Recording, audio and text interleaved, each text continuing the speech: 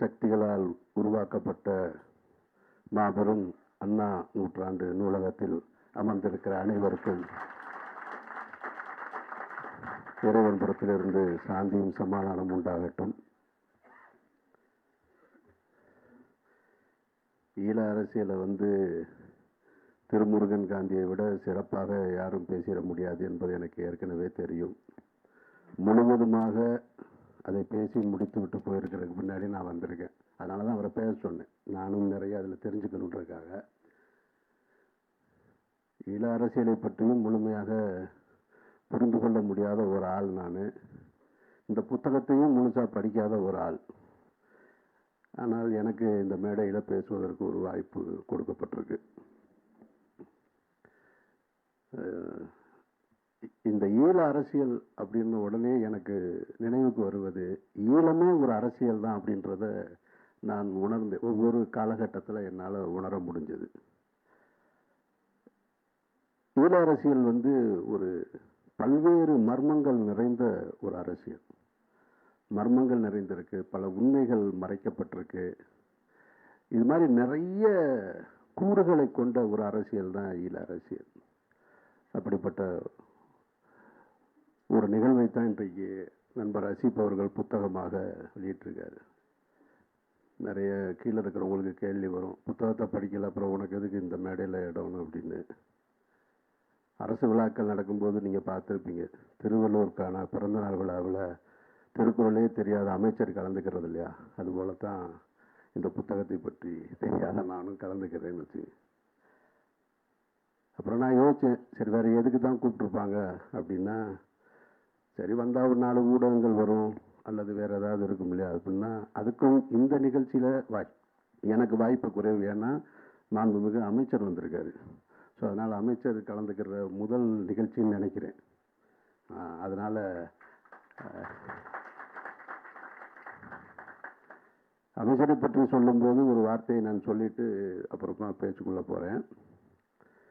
மாற்றம் நிகழ்ந்ததாக சொல்லப்பட்டு கொண்டிருக்கக்கூடிய இந்த ஆட்சியில் எனக்கு தெரிந்த ஒரே மாற்றம், கடந்த கால ஆட்சி காலகட்டங்களில் போராட்ட களத்தில் இருந்த ஒரே மனிதர் இன்றைக்கு அமைச்சராக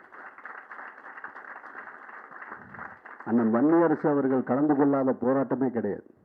நீங்கள் எந்த போராட்டத்திலையும் முன்னாடி நிற்பாங்க. எல்லா விதமான போராட்டங்களையும் கலந்து கொண்டு தகுதி பெற்ற ஒரு அமைச்சர் இன்றைய ஆட்சி கட்டில் இருக்கிறார் என்றால் அது அண்ணன் வன்னியரசு மட்டும்தான். உங்களுக்கு என்னுடைய வாழ்த்துக்கள்.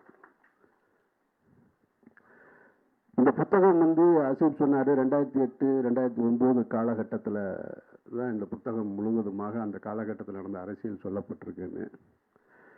அந்த காலகட்டத்தில் தான் நான் இந்த ஈழ அரசியலுக்குள்ளே வர்றேன். எல்லாரும் நினச்சிட்டு இருக்காங்க நான் அந்த போர் உச்சக்கட்டம் அடையும் போது நான் ஈழ அரசியலை அதை பார்த்துட்டு உள்ளே வந்தவன். அப்படி இல்லை.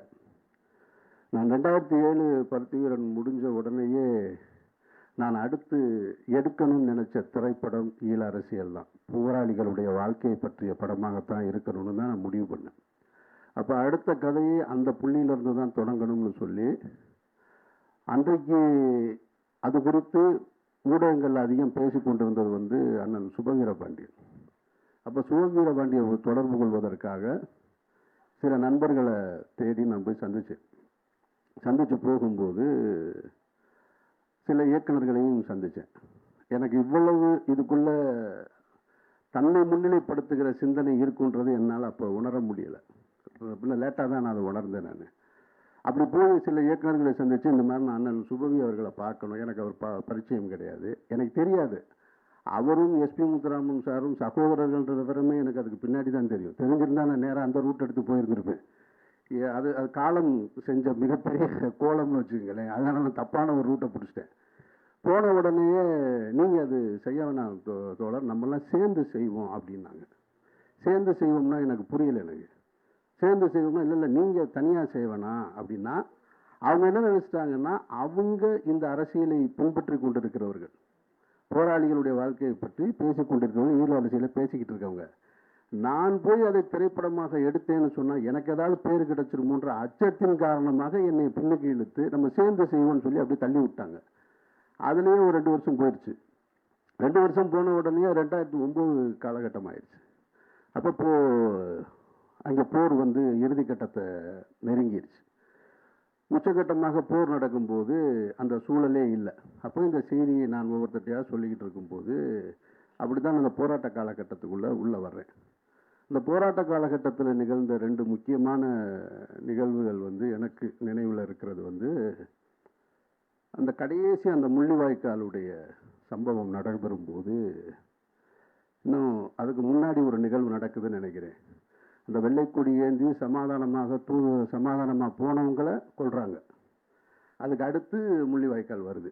அப்போ முள்ளிவாய்க்கால் அந்த காலகட்டத்தில் அதுக்கு முன்னாடி ஒன்று நடக்குது. அதுக்கு முன்னாடி நடந்த நிகழ்வுகளை சொல்கிறேன். இப்போ தோழர் திருமுருகன் காந்தி சொன்னது போல், இஸ்லாமியர்களும் போராளிகளும் விடுதலை புலிகள் போராட்ட இயக்கமும் பிரித்து வைக்கப்பட்டிருந்தது இல்லையா?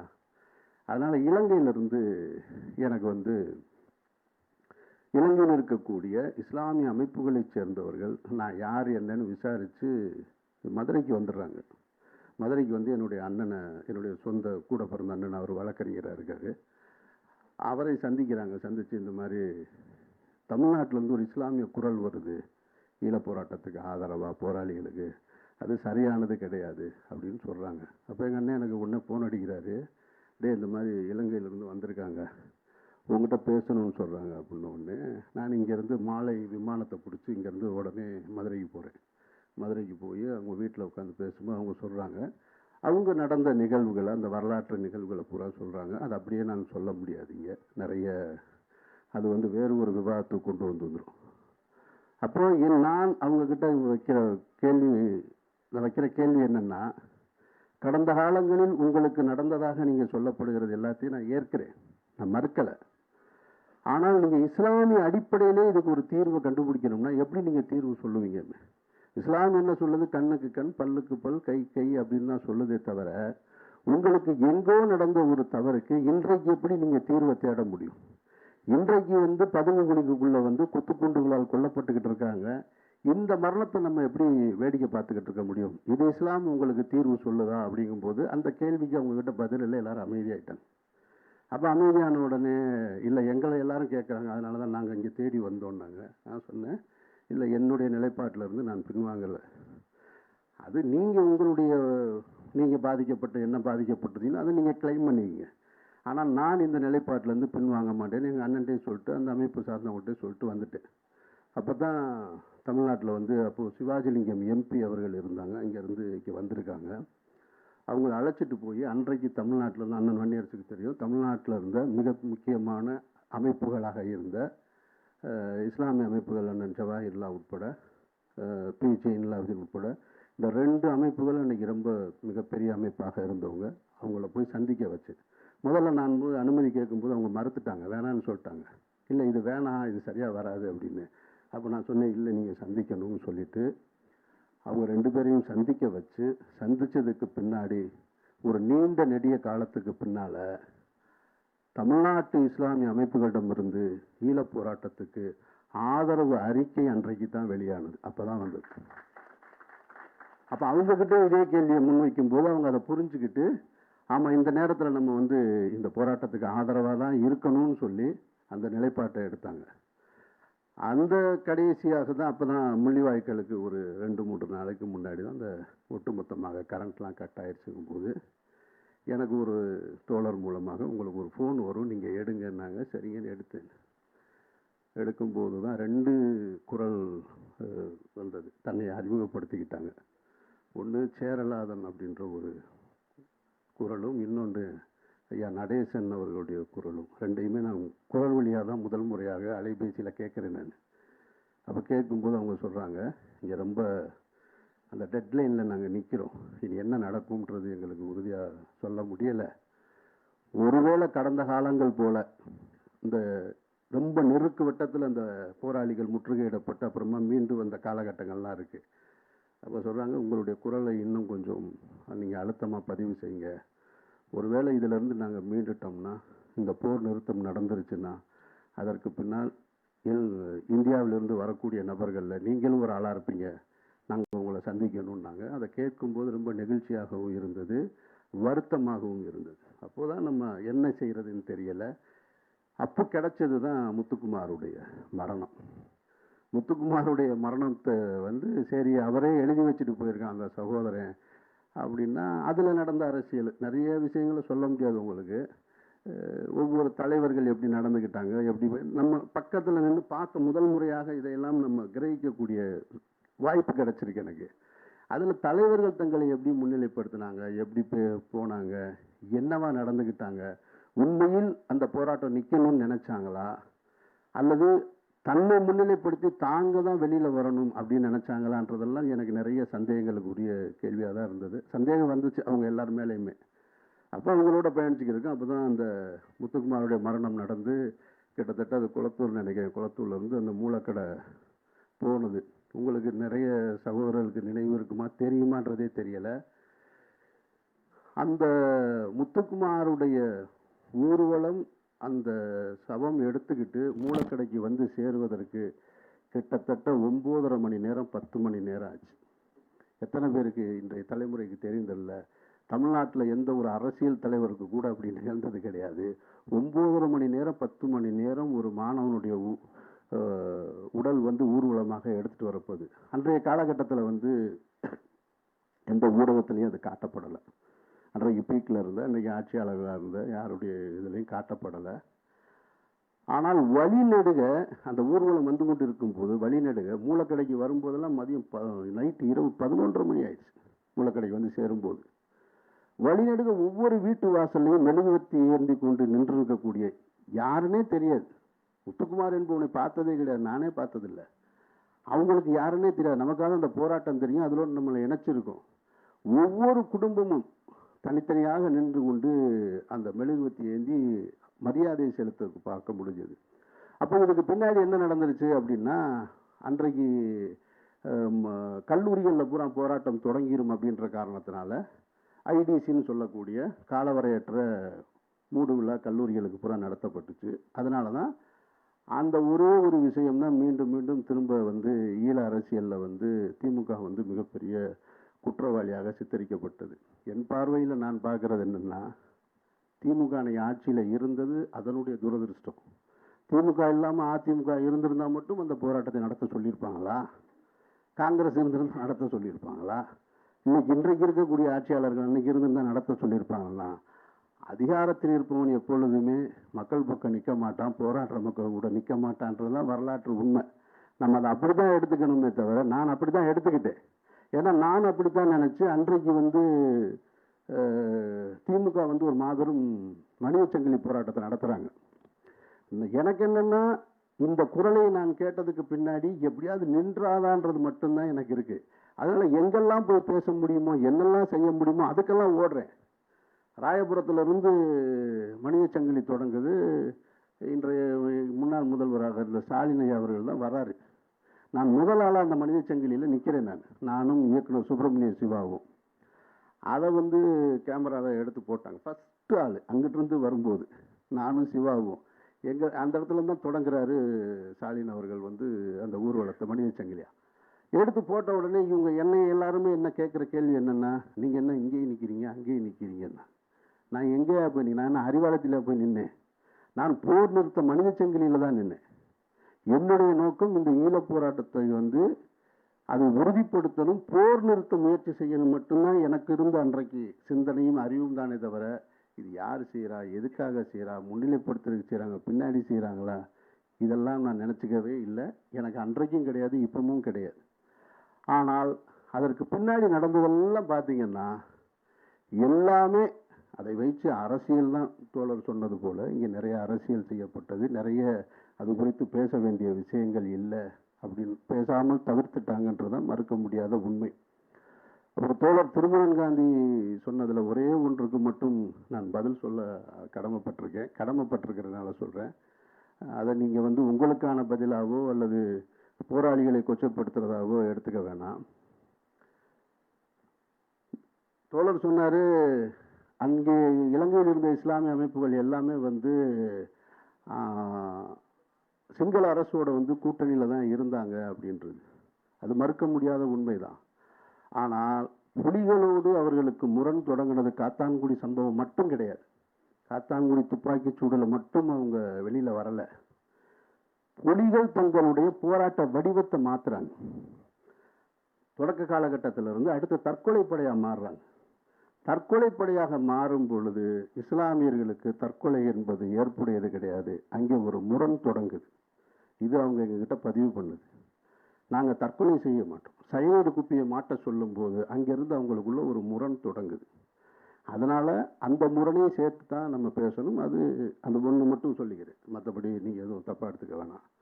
அதை என்கிட்ட சொல்கிறாங்க. ஏன்னா அப்போ நான் கேட்குறேன், ஏன் நீங்கள் இந்த போராட்டம் கேட்டதுன்னா, தற்கொலை நமக்கு அனுமதி கிடையாது.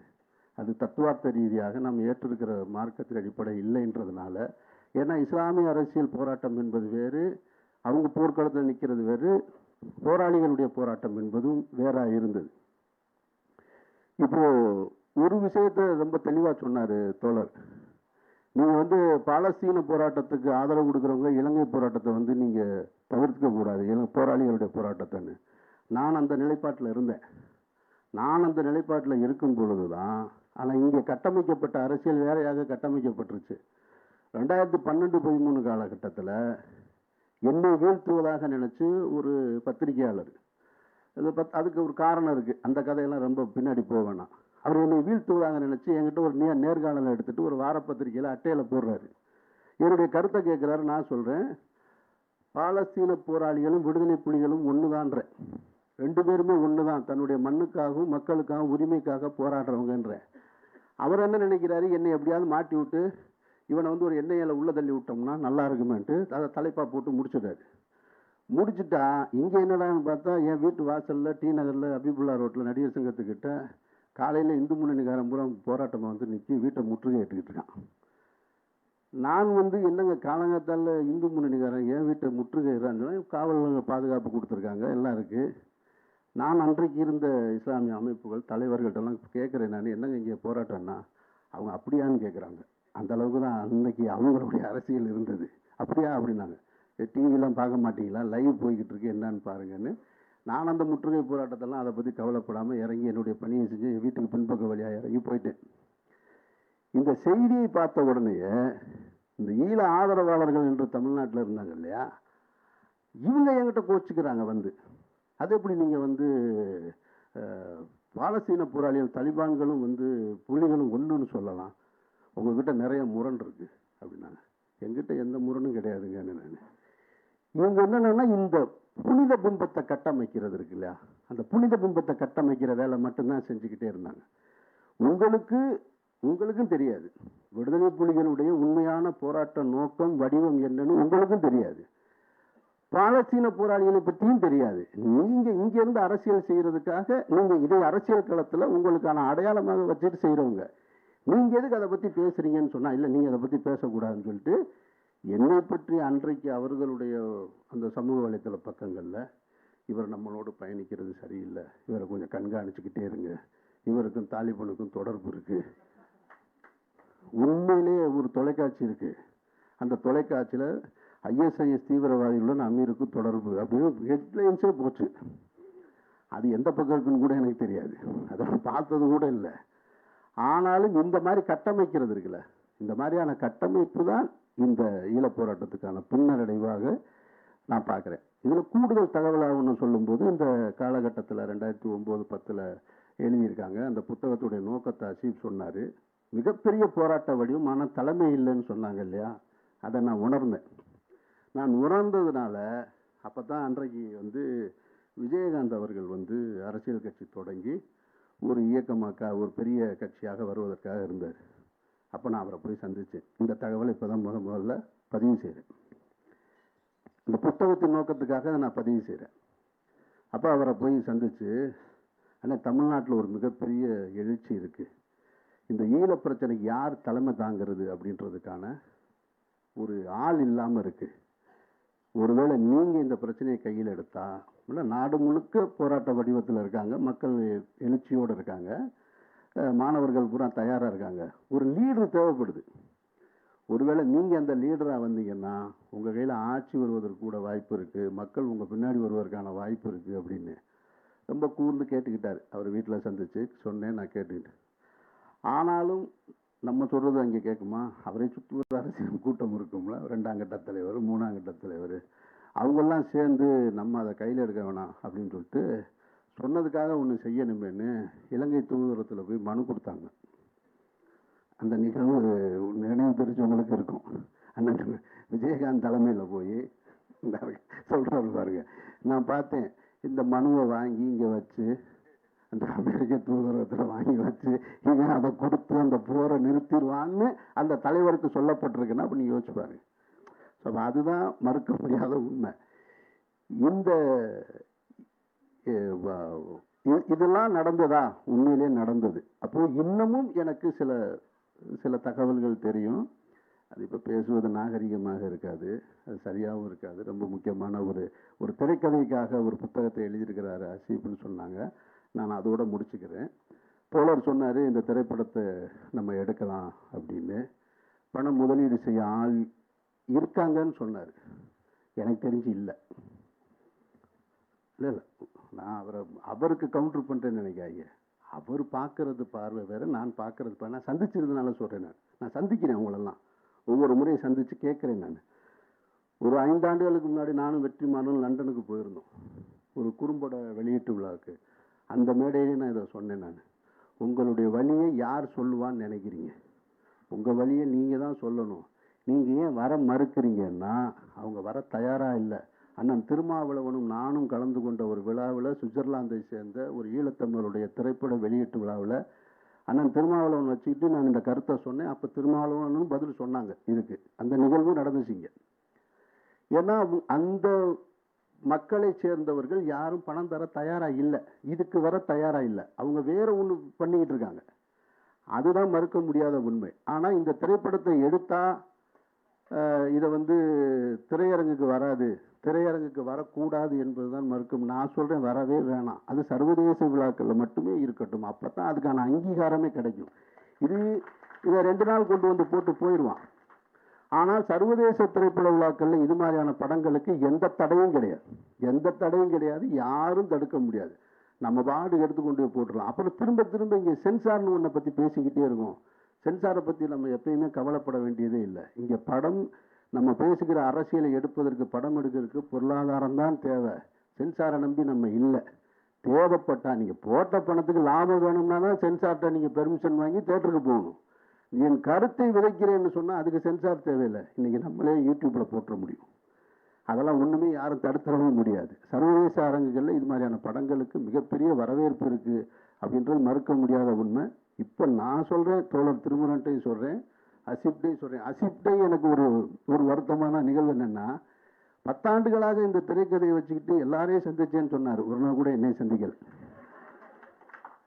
அதுக்கு காரணம் என்னன்னு அதையும் சொல்லிடுறேன். மற்ற சமூக மக்கள் இந்த தமிழ்நாட்டில் எப்படி ஒருத்தர் நெருக்கமாக இருக்காங்களோ, இது இஸ்லாமியர்களுக்கு ஒரு மிகப்பெரிய சாபக்கேடு.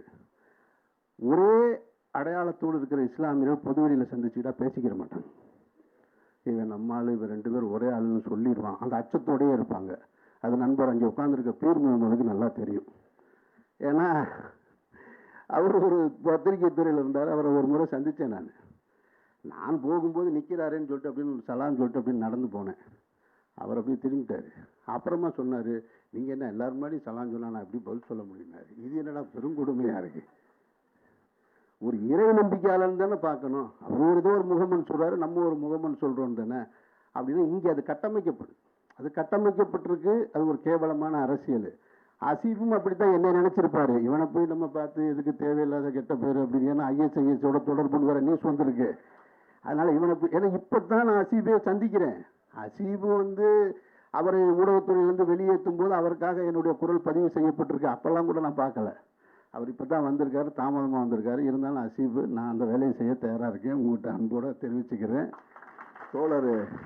தோழர்த்தையும் சொல்கிறேன். நான் இது எப்பவுமே பதிவு செய்யப்பட வேண்டியதில் மாற்று கருத்தே கிடையாது.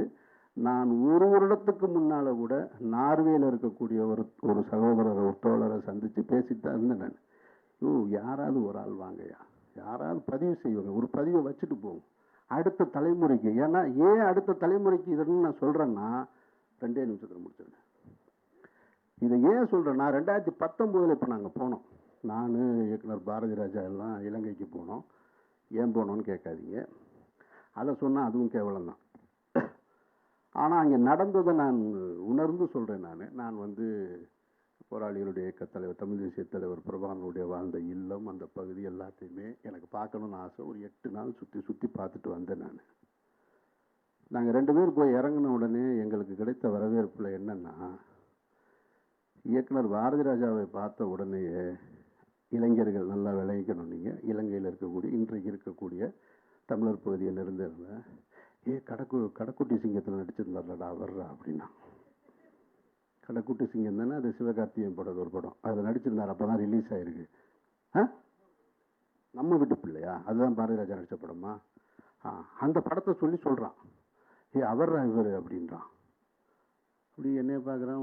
எனக்கு மலையாளமே தெரியலை. அவரோட இவர் அப்புறம் சொல்ல உடனே பருத்தி வீரன் டேரக்டர் அவரா இவர் அப்படின்ட்டு போயிட்டான். இது வந்து 19 நடந்தது. அதுக்கப்புறம் ஒரு நாள் போயிட்டு வந்தேன். இப்போ போனேன் வடசென்னை ராஜன் வந்துட்டார்ரா அப்படின்னா. அவனுக்கு எங்கேயுமே அவனுடைய வாழ்க்கை போராட்டத்தில் நான் இருந்திருக்கேன்றதே அவனுக்கு நினைவில் இல்லை. அப்படித்தான் அந்த நாடு இன்றைக்கு கட்டமைக்கப்பட்டிருக்கு. புலிகள் வாழ்ந்த பகுதிகள் அத்தனை பகுதிகளிலையும் கிட்டத்தட்ட 1/2 கிலோமீட்டருக்கு ஒவ்வொரு இடத்துலையும் இராணுவங்கள் குவிக்கப்பட்டிருக்கு. ஒரு வேட்டு சத்தம் கூட இன்னைக்கு கேட்டக்கூடாதுன்றதுல இலங்கை அரசாங்கம் ரொம்ப கவனமாக இருக்கு. ஒரு வெடிச்சத்தம் கூட நீங்கள் கேட்டுற முடியாதுன்னு அப்படியே அந்த கடற்கரை ஓரமாக சுற்றி போயிட்டு வந்தேன் நான். அதனால் தெளிவாக கட்டமைக்கப்பட்டிருக்கு. அதில் கூடுதல் தகவல் ஒருத்தர் சொன்னார். அந்த மக்கள் வந்து ஒரு பையன் இங்கேருந்து புதுக்கோட்டையிலேருந்து போய் இருக்கவன், அவன் சொன்னான், சார் ஃப்ரீ ட்ரக்கு இங்கே கிடைக்குது சார். திட்டமிட்டு இந்த இளைஞர்களுக்கு ஃப்ரீ ட்ரக்கு கொடுக்கப்படுது. அடுத்த தலைமுறைக்கு போராட்ட சிந்தனையே வந்துடக்கூடாது என்பதற்காக தடுக்கப்பட்டிருக்கு அப்படின்னு. அந்த அரசியலில் அந்த ஃப்ரீ ட்ரக்குன்னு பார்க்கும்போது நம்ம கூடுதல் அவங்க கவனிக்க வேண்டியது, அந்த அரசியலெல்லாம் ரொம்ப தெளிவாக திருமுருகன் சொல்லுவார். இந்தியாவிலையும் ஃப்ரீயாக ட்ரக்கு அதிகமாக இருக்கிற மாநிலம் பார்த்தீங்கன்னாக்கும் பஞ்சாபாக இருக்கும். அதுக்கு காரணம் அவர்கள்தான் தனிநாடு கேட்டு தனியாக தங்களுக்கான கரன்சியும் பாஸ்போர்ட்டையும் அடித்தவர்கள், காலிஸ்தான்னு சொல்லி. அதனால தான் ட்ரக்கு அதிகமாக எங்கே இறங்குதுன்னா பஞ்சாபில் இருக்கும். அதுக்கப்புறமா எங்கே இருக்குன்னு பார்த்தா இப்போது இலங்கையில் இருக்குது. அதுக்கப்புறமா தமிழ் போர்க்கிகள்னு சொல்லப்படுகிற இந்த தமிழ்நாட்டில் அதிகம் கிடைக்குதுன்னா அடுத்த தலைமுறைக்கு மொழி சிந்தனையோ இன சிந்தனையோ போராட்ட சிந்தனையோ வந்துடக்கூடாது என்பதில் அரசு ரொம்ப கவனமாக இதை செய்கிறாங்கன்றது தான் மறுக்க முடியாத உண்மை. அப்படிப்பட்ட காலகட்டத்தில் இந்த வரலாறுகளை, நடந்த உண்மைகளை, அந்த உண்மையான போராட்ட வழியை சொல்ல வேண்டியது அவசியம். அதற்கான முன்னெடுப்பை அசீப் செஞ்சிருக்காரு அப்படின்றதுல எனக்கு கூடுதல் மகிழ்ச்சி. இதை பதிவு செய்வதற்கு, படமாக்குவதற்கு என்னென்ன வழிகள் இருக்கோ அந்த வழிகளில் உங்களுக்கு உற்ற துணையாக இருப்பேன் என்று கூறி விடைபெறுகிறேன். நன்றி.